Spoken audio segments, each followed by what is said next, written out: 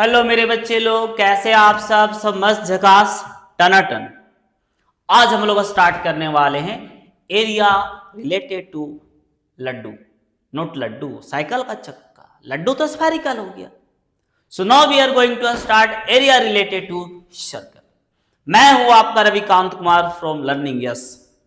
तो आज भी करेंगे हम लोग लर्निंग को यस फ्रॉम लर्निंग यस से। तो चलिए फाड़ के पढ़ेंगे। अरे ऐसा बताएंगे ना हलवा बन जाएगा हलवा। क्या? एरिया रिलेटेड टू सर्कल्स के क्वेश्चंस। तो बिना टाइम वेस्ट किए पहले समझेंगे सर्कल, सरकमफेरेंस, एरिया, देन समझेंगे सर्कल से related parts, segment, sector, length of arc, ये सारी चीजों को समझेंगे, फॉर्मूला देखेंगे। और याद रखना एरिया रिलेटेड टू फॉर्मूला, इनसे रिलेटेड जो भी फॉर्मूला है उनका डेरिवेशन कभी एग्जाम में आता नहीं है। अरे भैया वो तो छोड़ दो, 10th क्लास का कोई भी डेरिवेशन फॉर्मूला का नहीं आता है। तो चलिए फिर स्टार्ट करते हैं हम लोग टॉपिक, आते हैं अपने धंधे पे। तो चलिए सबसे पहले देखते हैं सर्कल। सर्कल मतलब सर्कल का डेफिनेशन नहीं देखेंगे, वो तो ऑलरेडी सर्कल में देख चुके हैं। देखते हैं सर्कल का सरकमफेरेंस एंड एरिया। तो ये है सर्कल, ये क्या है? सर्कल है। ठीक है, चलो अब देखो क्या है, ये है बाबू सर्कल। अब क्या है ना, सर्कल का जो ये बाउंड्री है ना, इसे कहा जाता है सरकमफेरेंस। क्या बोलते हैं? Circumference, right. तो सरकमफेरेंस का सिंपल सा मतलब है length of boundary, length of boundary. तो सर्कल का जो सरकमफेरेंस है वो फॉर्मूला क्या होता है? 2 पाई आर। आर क्या है? रेडियस। आर क्या है? रेडियस। क्लियर है ना? और पाई जानते हैं, पाई का वैल्यू 22/7 या 3.14। अगर क्वेश्चन में कुछ नहीं बोला है तो अपने मन से 22/7 लेना है। लेकिन अगर बोल दिया यूज 3.14 तो आपको वही यूज करना है, हीरो नहीं बनना है, नहीं तो चल जाओगे हवा खाने। अगर बोला यूज 3.14 तो वही यूज करना है, और कुछ नहीं बोला तो 22/7 ही यूज करना है। चलो, तो ये हुआ सरकमफेरेंस, राइट। अब आते एरिया। ठीक है, तो एरिया देखो ये है, बाउंड्री के अंदर का पार्ट्स को हम कहते हैं एरिया। तो एरिया ऑफ सर्कल क्या होता है? एरिया ऑफ सर्कल ये होता है पाई आर स्क्वायर। ठीक है, पाई आर स्क्वायर। क्लियर है ना? चलो अब देखते हैं सेमी सर्कल के बारे में थोड़ा सा। ये है सर्कल, अब इसको कर दो, ये सेंटर है, तो सेंटर से बीचों बीच लेके चले जाओ। अच्छा एक चीज बताना हम भूल गए, है ना, एक ऐसा, ये तो पता है, बताए थे सर्कल में हम क्या, कि सर्कल का 2 पॉइंट को जो ज्वाइन करता है वो क्या कहलाता है? कॉर्ड। तो एक ऐसा कॉर्ड जो सेंटर से होकर के जाता है इसे कहा जाता है डायामीटर। क्या बोलते हैं? डायामीटर। और डायमीटर क्या होता है? इसको डी से डिनोट करते हैं। तो डायमीटर क्या होता है? तो रेडियस प्लस रेडियस, दो को रेडियस से मिलकर बना होता है। क्योंकि सेंटर से यहां तक रेडियस है, सेंटर से यहां तक रेडियस है, तो डायमीटर तो दोनों मिलाकर बना, तो रेडियस का डबल होता है। मतलब कि रेडियस क्या हो गया? तो डायमीटर और बटा में 2, रेडियस डायमीटर का आधा होता है। चलो ये हो गया। अब सुनो, ये तो है सर्कल। अगर हम क्या करते हैं, सर्कल को हम सिर्फ आधा कंसीडर करेंगे। कितना करेंगे? आधा। तो क्या बन जाएगा? Semi circle. क्या बोले हम? ये सर्कल है, ये डायमीटर है, तो हम सिर्फ आधा कंसीडर करेंगे, तो क्या बन जाएगा? ये सेमी सर्कल। क्या बनेगा? ये semi circle, semi circle. Clear है ना? तो इसका एरिया क्या होता है? इसका एरिया होता है पाई आर स्क्वायर बाई 2, चूंकि आधा है, और सरकमफ्रेंस क्या होगा? 2 पाई आर, और आधा है तो बटा में 2, तो बच गया पाई आर। तो ये सरकमफ्रेंस सेमी सर्कल का बात हुआ। अब सेमी सर्कल में ना एक केस क्रिएट हो सकता है आपके सामने। क्या हो सकता है? तो देखो,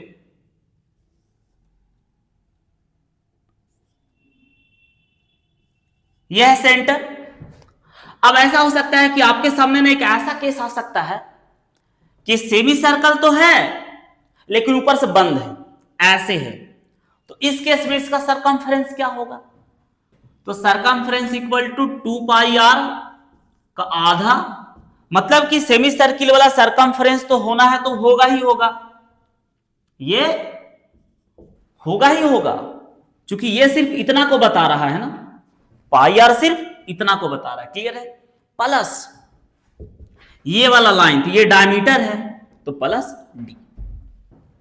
तो अगर सेमी सर्कल है और ऊपर से भी है डायमीटर तो उसका होगा πr प्लस डी डायमीटर। मतलब क्या हुआ? πr प्लस डायमीटर 2r होता है। क्लियर है ना? हाँ, एरिया में कोई फर्क नहीं पड़ेगा क्योंकि एरिया अभी भी इतना ही है। क्लियर है? चलो तो इसे छाप लो। चलिए बच्चे लोग, तो अब देखते हैं क्या, sector, segment, length of arc, ये सब देखते हैं, इनका फॉर्मूला देखते हैं, राइट? तो चलो देखते हैं। ये है हमारा सर्कल, थोड़ा थोड़ा ठीक है चलेगा, मैनेज है। अब सुनो, ये सर्कल है और ये सेंटर है, ठीक है? अब बोलता है ना कि सर्कल है, तो सर्कल का ये एक टुकड़ा है, पीस है, ये क्या है? पीस। जैसे ये सर्कल है, ठीक है, तो ये एक सर्कल का टुकड़ा है, ये भी एक सर्कल का टुकड़ा है, ये भी एक सर्कल का टुकड़ा है, ये भी एक सर्कल का टुकड़ा है, पीस। अरे सिंपल सा बात है, मां से पिटाया होगा, लात खाया होगा, तो उस केस में क्या होता है, कभी कभी मां का ना चूड़ी, बैंगल फूट जाता है, तो जो बैंगल है वो तो सर्कुलर होता है, और जब फूटता है तो उसका पार्ट्स गिरता है ना, तो सर्किल का ही ये क्या है? पार्ट है, कोई दिक्कत नहीं। तो जैसे ये सर्कुलर बैंगल है, अब फूट गया तो ऐसा ऐसा पार्ट्स क्या होगा? बनेगा ना, ऐसा ऐसा पार्ट्स बहुत सारा बनेगा। क्लियर है? तो उस टुकड़ा को ही कहा जाता है आर्क। क्या बोलते हैं? आर्क। आर्क क्या है? A piece of circle. Clear है ना? जैसे हम इसको डिनोट कर दिए ए और बी, तो आर्क को कैसे डिनोट करेंगे? ए बी लिखेंगे, राइट? और आर्क क्या है? आर्क क्या है? विकलांग है, ऐसे है, तो ऐसे कर देंगे। ये किसका सिंबल है? आर्क का। क्लियर है ना? चलो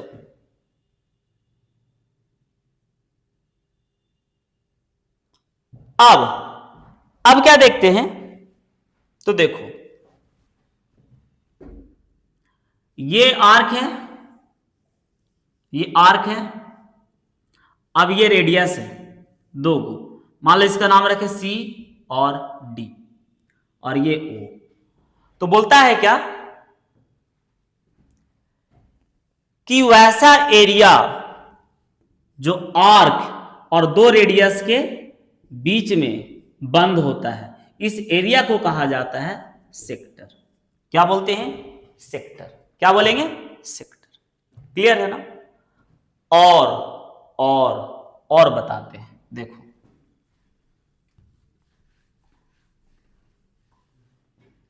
सर्कल है ये, राइट? ये सेंटर है। हम मान लो ये ले लेते हैं एक आर्क। क्या ले लेते हैं? Arc, right?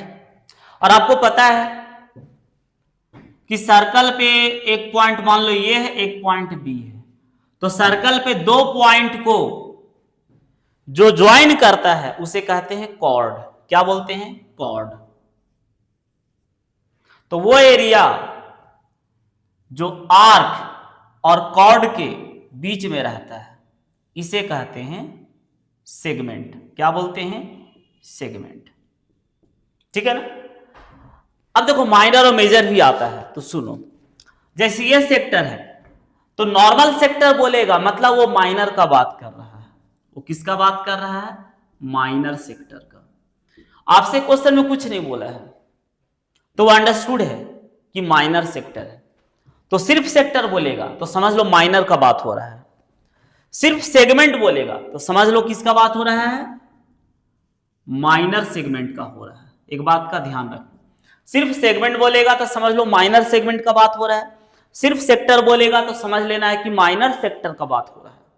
अब ये सेक्टर है, क्योंकि अभी डेफिनेशन दिया, सेक्टर क्या होता है, सेक्टर क्या होता है, तो area enclosed by an arc, by an arc and two radii.